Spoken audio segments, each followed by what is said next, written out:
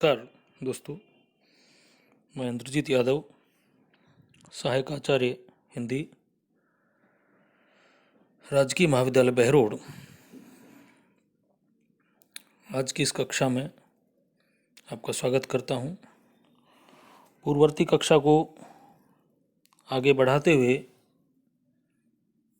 जिसमें कि हमने अगेय जी के कृतित्व के संदर्भ में बातें की थी।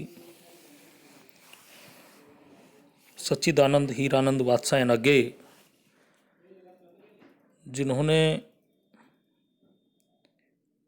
प्रयोगवाद को जन्म दिया, एक प्रकार से प्रयोगवाद की जो विचारधारा साहित्यिक जगत में आई, उसका श्रेय सीधे सीधे अगेय जी को जाता है। हमने बात की कि इन्होंने तार सप्तक पत्रिका का संपादन किया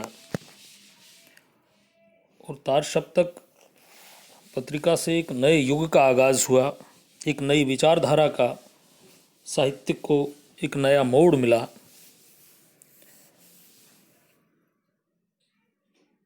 आगे प्राथमिक तौर पर घोर व्यक्तिवादी, जो कि प्रयोगवाद की विशेषता भी है, अतिशय बौद्धिकता और व्यक्तिवादिता को लेकर आते हैं और कालांतर में उस व्यक्ति का समाज में विलय हो जाता है।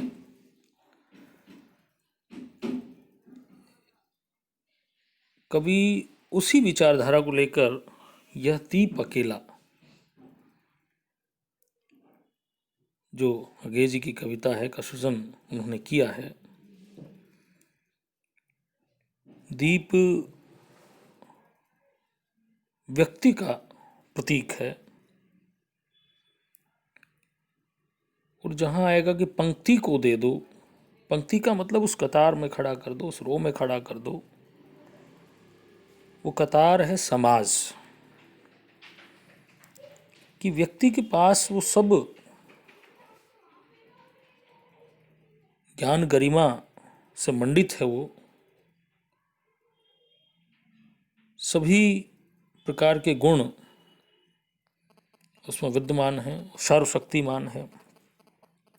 लेकिन व्यक्ति और समाज के पारस्परिक संबंधों की बात अगेन इस कविता में की है कि व्यक्ति और समाज का संबंध क्या है, व्यक्ति क्या है और समाज क्या है, समाज के प्रति उसके उत्तरदायित्व क्या है। इस पर चर्चा इन्होंने की है अगेय जी ने, और माना है कि व्यक्ति को समाज के प्रति अपने उत्तरदायित्वों का निर्वहन करना चाहिए। जहां वो कहते हैं, यह दीप अकेला स्नेह भरा है, गर्व भरा मदमाता, पर इसको भी पंक्ति को दे दो।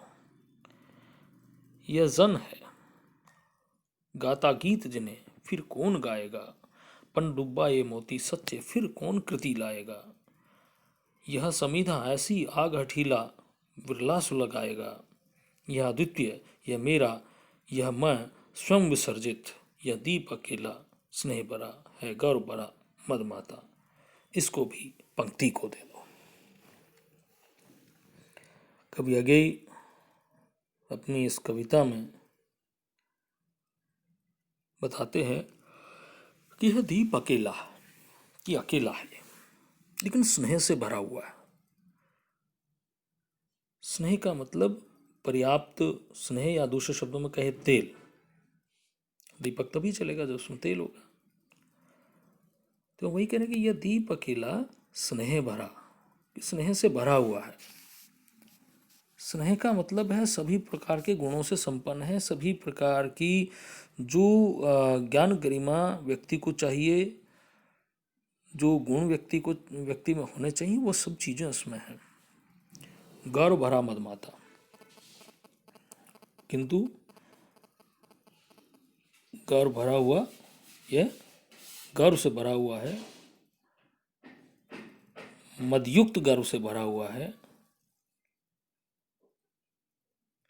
और आगे कहते हैं कि इसको भी पंक्ति को दे दो, लेकिन इसको भी इस गर्व का या मैं का त्याग कर पंक्ति को समर्पित कर दो। यह जन है गाता गीत जिन्हें फिर और कौन गाएगा। कि कहना चाहता है कि पूर्ववर्ती पंक्तियों में उसने बात कर ली है कि यदि अकेला स्नेह भरा है गर्व भरा मदमाता, इसको भी पंक्ति को दे दो। कि व्यक्ति में सारी चीज़ें हैं, सभी प्रकार के गुण हैं, सब शक्तिशाली है, जो गुण एक व्यक्ति में होने चाहिए समाज के लिए, वो सभी आवश्यक गुण इस व्यक्ति में विद्यमान हैं, लेकिन इसकी सार्थकता समाज से जुड़ने पे है। यदि ये समाज के साथ जुड़ता है, इसे भी पंक्ति को दे दो। पंक्ति को देने का मतलब समाज के प्रति समर्पित कर दो।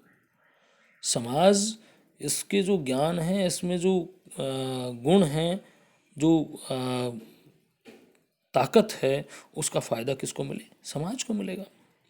उसकी शक्ति का वास्तविक उपभोग हो सकेगा, उपयोग हो सकेगा। इसलिए कहते हैं उसको पंक्ति को दे दो। फिर कहीं यह जन है गाता गीत जिन्हें फिर कौन गाएगा। किंतु ये जो व्यक्ति है, ये जो गीत गा रहा है, उसे और कौन गा सकता है? अर्थात कोई भी दूसरा नहीं गा सकता, नहीं कोई सुना सकता है, न गा सकता है।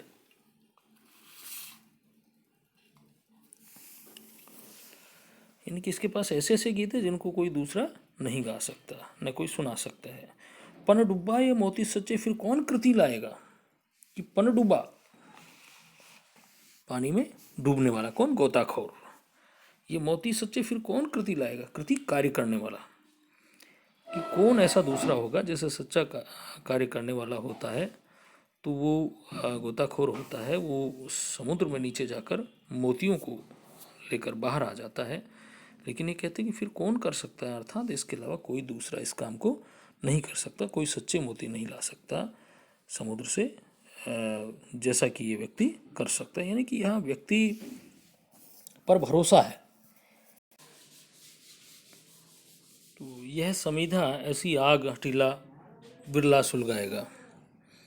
कि ये तो हवन की समिधा का हवन की सामग्री है। समिधा का मतलब होता है जो लकड़ियाँ जिनका प्रयोग हम हवन के लिए करते हैं, तो यज्ञ की भाषा में उसे समिधा कहा जाता है। तो वो कह रहे हैं कि ये ऐसा कौन, इसके समान कौन ऐसा व्यक्ति होगा जो अग्नि को प्रज्वलित कर सके। यह आदित्य है ना, कहा कि यह समिधा ऐसी आग अठिला बिरला सुलगाएगा, कोई दूसरा नहीं सुलगा सकता, यही सुलगा सकता है, उस आग को यही प्रज्वलित कर सकता है।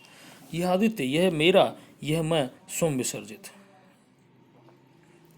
यह आदित्य अकेला है, कोई इसके जैसा दूसरा नहीं है द्वितीय, कि कोई ऐसा दूसरा नहीं है। यह आदित्य, यह मेरा, यह मैं स्वयं विसर्जित। यह मेरा यानी कि मैं का भाव, अहम का भाव, यह मैं स्वयं विसर्जित, यह अपने आप ही विसर्जित कर देगा, यह हो जाएगा। यह आदित्य, यह मेरा, यह मैं स्वयं विसर्जित, यह मैं स्वयं विसर्जित, यानी कि मैं का भाव उसको त्यागना पड़ेगा, त्याग देगा। यह द्वीप अकेला स्नेह भरा है गौर भरा मदमाता। यह द्वीप अकेला है जो स्नेह से भरा हुआ है, प्रेम से भरा हुआ है, और गर्व में मस्त है, मदमस्त है। इसको भी पंक्ति को दे दो, अर्थात इसको भी समाज को समर्पित कर दो। पंक्ति का मतलब मैंने बताया, समाज है।